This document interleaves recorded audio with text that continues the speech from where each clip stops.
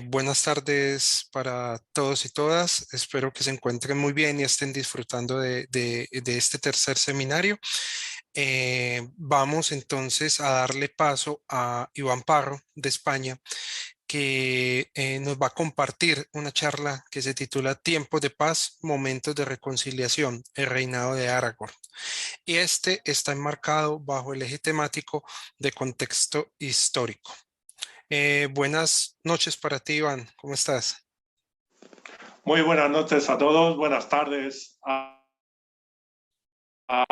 Y contento de poder participar en este fantástico seminario. Se me oye bien, ¿no? Sí, se escucha bien. Vale, ¿Tienes alguna perfecto. presentación para compartir también? Si deseas, lo No, puedes hacer. ¿No? Ok, perfecto. Bueno, entonces la audiencia es toda tuya, Iván. Adelante. muchas gracias. Pues muy buenas tardes a todos desde esta hermosa ciudad cervantina de Béjar, en Salamanca, España. Un agradecimiento especial a la Sociedad Tolkien de Colombia, promotora de este seminario, por haber aceptado mi propuesta sobre el reinado de Aragón y la Cuarta Edad. Un tema que ha llamado mi atención de manera particular siempre que veía el final del Retorno del Rey y me preguntaba qué pasó después, qué fue del reino y de todos los personajes de la historia. He de confesar antes de empezar que, por supuesto, no me considero un auténtico profano en el tema, aunque admiro y sigo la obra del profesor desde hace bastante tiempo. He organizado la intervención en tres partes principales: quién fue Aragón, lo que ha escrito sobre él y el periodo desconocido de la Cuarta Edad. Decirles que durante la exposición aparecerán nombrados los textos y las referencias que he utilizado para preparar el tema. Como decía, Aragón es un personaje principal de la obra del Señor de los Anillos. Algunos incluso le consideran muchísimo más importante que el propio portador del anillo, siendo su papel imprescindible para la derrota del mal, ejerciendo su rol de rey de manera adecuada en los momentos necesarios. ¿Por qué? Porque de alguna manera va a ser el modelo, va a ser la figura a la cual se van a reflejar o se van a mirar las nuevas generaciones. De ahí esa importancia o de ahí esa relevancia que también es interesante de estudiar y de conocer. Aragón era el 39º descendiente directo por línea paterna de Isildur y jefe de los Dúnedain Montaraces del Norte. Sus padres fueron Arathorn II y Gilraen la Bella. Según el apéndice B del Señor de los Anillos, llamado La Cuenta de los Años, y dentro de su capítulo 8, La Cuenta de los Años de la Tercera Edad del texto Los Pueblos de la Tierra Media, la cronología básica de Aragón se inicia en el año 2931 de la Tercera Edad, cuando nace un 1 de marzo. 2 años después, una flecha ahorca en un ojo, produce la muerte de su padre, y Gilraen se lo lleva a Imladris bajo la protección de Elrond, que le recibe como a un hijo, guardando la herencia de Arathorn y llamándole Estel, que significa, como todos sabemos, esperanza, para salvaguardar su identidad. 20 años después, Elrond le revela su verdadero nombre y su linaje, devolviéndole los fragmentos rotos de la espada Narsil y el anillo de Barahir, el símbolo de la realeza. También predice que en su época los últimos restos de Númenor desaparecerán si los reinos de Arnor y Gondor no se unen y se restauran. Elrond pide a Aragorn que se prepare para llevar una vida dura dedicada a la guerra y a los viajes. Un rey instruye y alecciona a otro rey. Pasa después unos años viajando por toda la Tierra Media, explorando los propósitos de Sauron y todos sus movimientos. A este respecto, en el texto, un fragmento de la historia de Aragorn y Arwen, extraído de los anales de los reyes y los gobernantes, que forma parte de los apéndices del Señor de los Anillos, se dice: durante casi 30 años se consagró la causa contra Sauron y se convirtió en amigo de Gandalf el Sabio y aprendió de él mucha sabiduría. Hizo con él numerosos viajes peligrosos, pero con el correr de los años a menudo partía solo. Las empresas que cometía eran largas y duras y adquirió un aspecto un tanto hosco y severo, salvo las raras veces que sonreía, y aún así los hombres lo consideraban digno de hombres, como un rey en el exilio, cuando no ocultaba su verdadero semblante porque viajaba adoptando las apariencias más diversas y conquistó gloria y fama con hombres diferentes. Cabalgó con el ejército de los Rohirrim y combatía en mar y tierra por el señor de Gondor. Y entonces, a la hora de la victoria, se alejó de los hombres de Gondor y partió solo hacia el este. Y llegó a lo más profundo de las tierras del sur, explorando los corazones de los hombres, tanto malos como buenos, y desenmascarando las confabulaciones y estratagemas de los siervos de Sauron. Así se convirtió en el más intrépido de los hombres vivientes, hábil en las artes y versado en las tradiciones de ellos, y más que todos ellos, porque tenía una sabiduría élfica y en los ojos llevaba una luz que cuando se encendía pocos eran capaces de soportar. En el año 2956 se encuentra con Gandalf y nace una gran amistad entre ellos, y según aparecen los pueblos de la Tierra Media, por causa de su elevado linaje, el más noble entre los hombres mortales, la educación de Elrond, su aprendizaje junto a Mithrandir y sus muchas hazañas y viajes, se convierte en el mejor de los hombres. Otra vez, repiten, dotado de sabiduría élfica y versado en las artes y conocimientos. En esta explicación creo que se resume perfectamente parte de la historia del futuro rey. No sabemos muy bien qué sucede durante su infancia. Sería otro punto interesante por investigar. Pero nos dicen que debido a su linaje, a su educación por varios maestros élficos y humanos y el aprendizaje adquirido en sus numerosos viajes, se convierte en el más noble de los hombres mortales.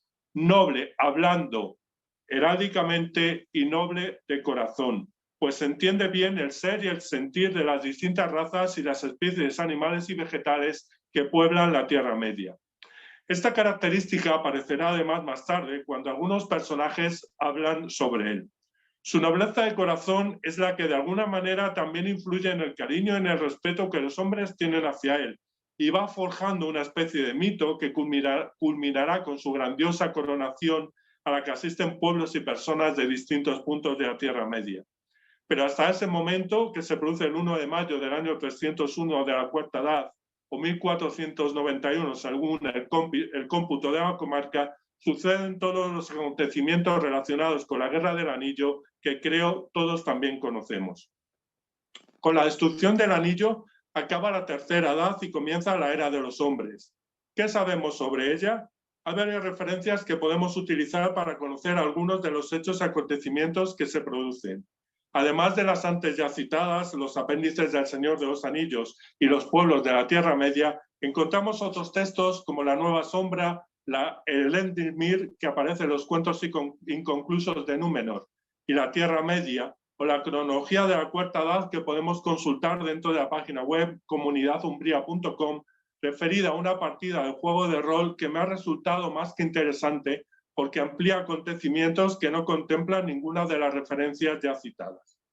En cuanto a los apéndices y a la cronología incluida en los pueblos de la Tierra Media, nos hablan de la boda de Aragorn con Arwen, al hallazgo del retorno del árbol blanco, el funeral del rey Theoden, el 129º cumpleaños de Bilbo, los continuos dolores y las molestias de Frodo, la batalla de Del Agua, que significa la desaparición de Saruman, y con ello el final de la Guerra del Anillo, la boda de Samsagaz con Rosa, el viaje hacia los puertos grises de Frodo y Bilbo con los tres guardianes en el año 3021, la elección hasta en 7 ocasiones de Samsagaz como alcalde de la comarca, la promulgación de un edicto por el cual se prohíbe a los hombres entrar en la comarca, el nombramiento de Sam, Pepin y Merry como consejeros del Reino del Norte, la concesión de la estrella de los Dúnedain al señor Samsagaz y la designación de Eleanor, su hija, como doncella de honor de la reina Arwen. La anexión a la comarca desde quebradas lejanas hasta las colinas de las Torres como regalo del rey, y la muerte de Elessar el 1 de marzo de 1541 a la edad de 210 años y 120 de reinados. Aunque un resumen de su reinado lo podemos encontrar en el libro de los pueblos de la Tierra Media y dice así: el reinado del rey Aragorn fue largo y glorioso. En su época reconstruyeron Minas Tirith y la hicieron más fuerte y hermosa que antes, pues el rey contó con la ayuda de los artesanos de la piedra de Erebor. Gimli, hijo de Gloin de Erebor, había sido compañero suyo y había luchado en todas las batallas de la Guerra del Anillo. Cuando hubo paz, se trajo parte del pueblo 2 enanos y vivieron en las Montañas Blancas y realizaron grandes obras maravillosas en Gondor. Y los enanos forjaron de nuevo unas grandes puertas de mithril y acero para reemplazar a las que se rompieron durante el sitio. Se dice en el libro rojo que Gimli, hijo de Gloin, acompañó luego a Legolas hacia los puertos por causa de amistad que los unía más grande que ninguna otra vida entre elfo y enano. El rey Elessar y la reina Arwen reinaron mucho tiempo en gran bienaventuranza, pero al fin el rey se sintió que le invadía el cansancio y entonces, cuando aún se encontraba fuerte de mente y de cuerpo, se tendió a la manera de los antiguos reyes de Númenor y murió en el 102º año de su reinado y el 190º de su vida. La Nueva Sombra, como saben, es un relato que aparece en los textos incluidos dentro del volumen sobre los pueblos de la Tierra Media. Es un simulacro de continuación del Señor de los Anillos, aunque Tolkien pensó que tras la muerte de Sauron ya no quedaba más épico y fantástico digno de contar. Así se lo escribe a Douglas Carter en una carta de 1972. No he escrito nada que vaya más allá de los primeros años de la Cuarta Edad, excepto el comienzo de un cuento que supuestamente se refiere al fin del reino de Eldarion, unos 100 años después de la muerte de Aragorn. Luego descubrí, por supuesto, que la paz del reino contendría cuentos dignos de contarse y que sus guerras tendrían poco interés después del derrocamiento de Sauron, sino que casi con toda seguridad se produciría por entonces una cierta inquietud, consecuencia, según parece, del inevitable hastío que el bien produciría entre los hombres. Habría sociedades secretas que practicarían cultos oscuros y otros dedicados a los orcos entre los adolescentes. Aquí encontramos varios apuntes interesantes: guerras sin interés, el hastío, la desgana y la apatía que el bien produciría entre los hombres y los posibles cultos al maligno. Ideas y reflexiones que ya realizaba el maestro y que aparecen en otra carta de 1964 y que más o menos vuelve a decir lo mismo que hemos citado en la anterior. No valía la pena el intento, termina diciendo en esta carta. Cansancio, desmotivación, estaba ya todo escrito de verdad. Lo cierto es que el maestro no dio continuidad a la historia en la era de los hombres, quizá porque influenciado por todo lo vivido o sucedido a lo largo de su vida y en su época, no quería escribir más sobre ello, o quizá porque quedaba bastante claro lo que quería transmitir con su historia que ya tenía escrita, aunque desde luego hubiese sido magnífico que lo hubiese hecho, que hubiese continuado la historia y dejarnos al menos algunas pinceladas aún más concretas sobre lo que fue y significó la Cuarta Edad en la historia del mundo. Dentro de este relato de la Nueva Sombra quisiera destacar dos cuestiones. Casi hacia el final, una vez finalizada la conversación entre Sauron y Borlas, Borlas se queda inmóvil un rato e intenta recordar cómo se inició la conversación. A continuación se apunta: llevaba abatido desde la primavera, aunque se conservaba bastante bien para sus años, que no le pesaban tanto como la soledad. En este caso, Tolkien habla de la soledad como un peso, como algo negativo para los hombres, y que seguramente se repetiría durante los años de la Cuarta Edad. Y hoy lo sigue siendo así, y es una reflexión que no quería dejar pasar, pues la soledad es una de las principales lacras de este siglo XXI. Y más adelante recuerda que la paz adormece las cosas. Esta idea está relacionada con todo lo que he leído en las cartas anteriores sobre los efectos del bien en la naturaleza de los hombres. Cuanta más paz, parece ser mayor desinterés y despreocupación por las cosas del mundo, en una especie de estatus anestésico que nubla la conciencia de los hombres en relación a los peligros que siempre y en todo momento, lugar o circunstancia están ahí. De hecho, Tolkien menciona los cenáculos malignos que se van creando y extendiendo en algunos lugares de la Tierra Media, con el riesgo y el peligro que ello supone para todos sus habitantes. En cuanto a la referencia a la Elendilmir, que aparece en los cuentos inconclusos, se dice lo siguiente: pero el rey Elessar, cuando fue coronado en Gondor, inició la reorganización de su reino y una de sus primeras tareas fue la restauración de Ordnak, donde se proponía guardar otra vez la Palantir recuperada de Saruman. Entonces se encontraron muchas cosas de valor, joyas y reliquias de la familia de Eor, hurtadas a Edoras por lengua de serpiente durante los años de decadencia del rey Theoden, y otras cosas semejantes, más antiguas y bellas, recogidas en túmulos y tumbas de todas partes. Finalmente, quisiera mencionar la cronología de la Cuarta Edad que aparece dentro de la web comunidadumbría.com por dos motivos. Incluyen hechos y acontecimientos que no aparecen en otros textos y explican cómo era la Tierra Media en el año 1000 de la Cuarta Edad, ampliando por mucho hasta donde lo dejó el maestro. Según este sitio, los reyes que gobernaron durante la Cuarta Edad fueron los siguientes.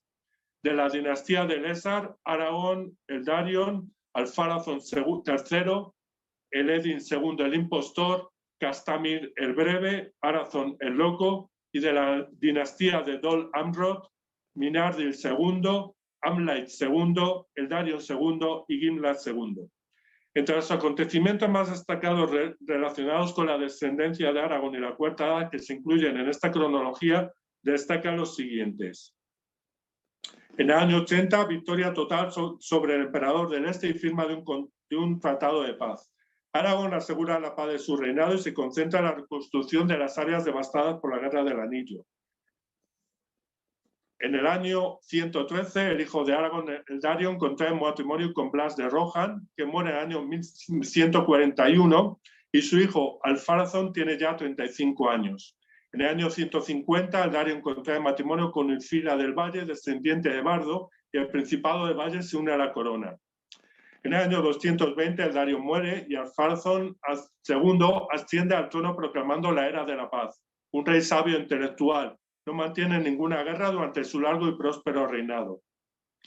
En el año 330, Alfarazón II repudia a la princesa elfa Darwen, hija de Elrohir, por no proporcionarle un descendiente masculino. Artemis de Amonsul es nueva reina consorte y dará al rey 4 hijos varones. El reino de Rivendell rompe relaciones con Gondor durante los siguientes 100 años hasta el final del reinado de Alfarazón. En el año 430 muere Alfarazón al caer de su caballo. Sus hijos, Turambar y Elendil, se enfrentan militarmente por la sucesión al trono. En el año 432, después de la guerra, Elendil sube al trono y ordena asesinar a su hermano Atanar. Su cuarto hermano, Ostoger el mago, se recluye como sacerdote del culto del fuego secreto. Y bueno, pues una serie de otras circunstancias que hablan de la descendencia de Aragón. Por ejemplo, en el año 820, tras un larguísimo e infausto reinado de 250 años, Amlait II muere por sus excesos en una borrachera debido a su avanzada edad. Y Eldarion II es proclamado rey con gran descontento entre la nobleza y las hijas del rey. En el año 851, Gimlat, el rey prudente, ofrece una nueva legislación donde elfos, enanos y semielfos pueden ocupar cargos medios en la administración. Esto en cuanto a lo que podemos encontrar referido a la Cuarta Edad, a lo que se puede añadir, como decía al principio, lo siguiente. En Minas Tirith, capital y espejo de la antigua gloria de Gondor, está el asiento del rey y su familia. Gobierna Gimlat el humilde, el rey harapiento de parcas que vive obsesionado por no sentirse digno de la grandeza de sus antepasados. Hijo de Eldarion II, el semielfo, bajo cuyo reinado se abrió la puerta para esta raza se integrara a la sociedad y vencedor de los Haradrim y hombres del Este.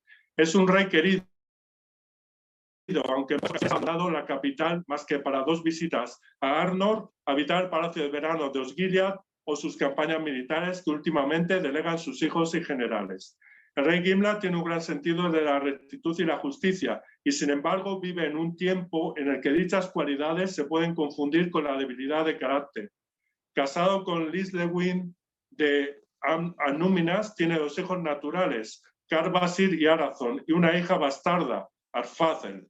El monarca suele hablar con voz profunda y estableciendo reflexiones que intentan darle una apariencia de erudito. Su inteligencia, sin embargo, no destaca especialmente ni se considera un sabio. Así nos cuentan cómo era el reinado de los descendientes de Aragón en la Cuarta Edad. Una etapa, una época en la que seguramente se sufriría, se viviría de todo y que cada uno en nuestra fantástica imaginación podemos modelar y crear, porque realmente no hay mucho escrito sobre ella. Aún así, podemos cerciorarnos que fueron años de paz, de tranquilidad inquietante, de prosperidad y grandeza que es lo que esperaban los ciudadanos. Un rey pacífico, sensible, preocupado por su pueblo, tal y como parece que sabía, no entendía mucho de sus súbditos. Parece ser que no les defraudó, que sus esperanzas se cumplieron, que la era de los hombres durante los primeros años, al menos en teoría, fue bastante positiva y productiva para todos, porque en parte después de una guerra como la que fue la Guerra del Anillo, lo que hay que hacer es renacer, recomponerse y revivir. Aragón fue un rey singular que no decepcionó a su pueblo y que cumplió la profecía de Elrond al cumplir los reinos de Arnor y Gondor para la salvación del mundo. Quisiera terminar mi intervención mencionando algunas de las características y valores que posee Aragón a través de lo que opinaban o pensaban varios de sus súbditos, reflexionando con ello cómo esperaban los habitantes del reino que fuera ese nuevo tiempo. El mayoral de las casas de curación le dice a Éowyn sobre Aragón: dicen que el nuevo capitán venido del norte es ahora el jefe. Es un gran señor y un curador. Extraño me parece que la mano que cura sea también la que empuña la espada. No ocurren cosas hoy así en Gondor, aunque fueran comunes antaño, si las antiguas leyendas dicen la verdad. Faramir le dice a Éowyn: deseabais el amor del señor Aragón, pues era noble y poderoso, y queríais la fama y la gloria. Elevaros por encima de las cosas mezquinas que se arrastran sobre la tierra, y como un gran capitán a un joven soldado, os parecía admirable, porque lo es, un señor entre los hombres y el más grande de los que hoy existen. Y Oret le dice a su prima cuando la comitiva del rey llega a la ciudad: el señor Piedra de Elfo es una maravilla, un poco duro cuando de hablar se trata, es cierto, pero tiene lo que se dice un corazón de oro y manos de curador. Las manos del rey son manos que curan, eso dije yo, y así fue como se descubrió todo. Y cuando Aragón nombra Senescal de Gondor a Faramir: tu mandato no ha terminado, y tuyo será y de tus herederos mientras mi estirpe no se haya extinguido. Faramir dice a continuación: hombres de Gondor, escuchad ahora el senescal del reino. He aquí que alguien ha venido por fin a reivindicar los derechos de realeza. Ved aquí a Aragón, hijo de Arathorn, jefe de los Dúnedain de Arnor, capitán del ejército del oeste, portador de la estrella del norte, el que empuña la espada que fue forjada de nuevo, aquel cuyas manos traen la curación, piedra de elfo. Él es Sar de las estirpe de Valandil, hijo de Isildur, hijo de Elendil de Númenor. ¿Lo queréis por rey y deseáis que entre en la ciudad y habite entre vosotros? Y el ejército todo y el pueblo entero gritaron sí con una sola voz. Y cuando recibe la corona de manos de Gandalf y desea años venturosos para los días del rey, en el libro se dice: y cuando Aragón volvió a levantarse, todo lo contemplaron en profundo silencio, porque era como si se revelara ante ellos por primera vez. Alto como los reyes de los mares de la antigüedad, se alzaba por encima de todos los de alrededor. Entrado en años parecía, y al mismo tiempo en la flor de la virilidad, y la frente el asiento de sabiduría, y las manos fuertes tenían el poder de curar, y estaba envuelto en una luz. Un rey nuevo para un tiempo nuevo.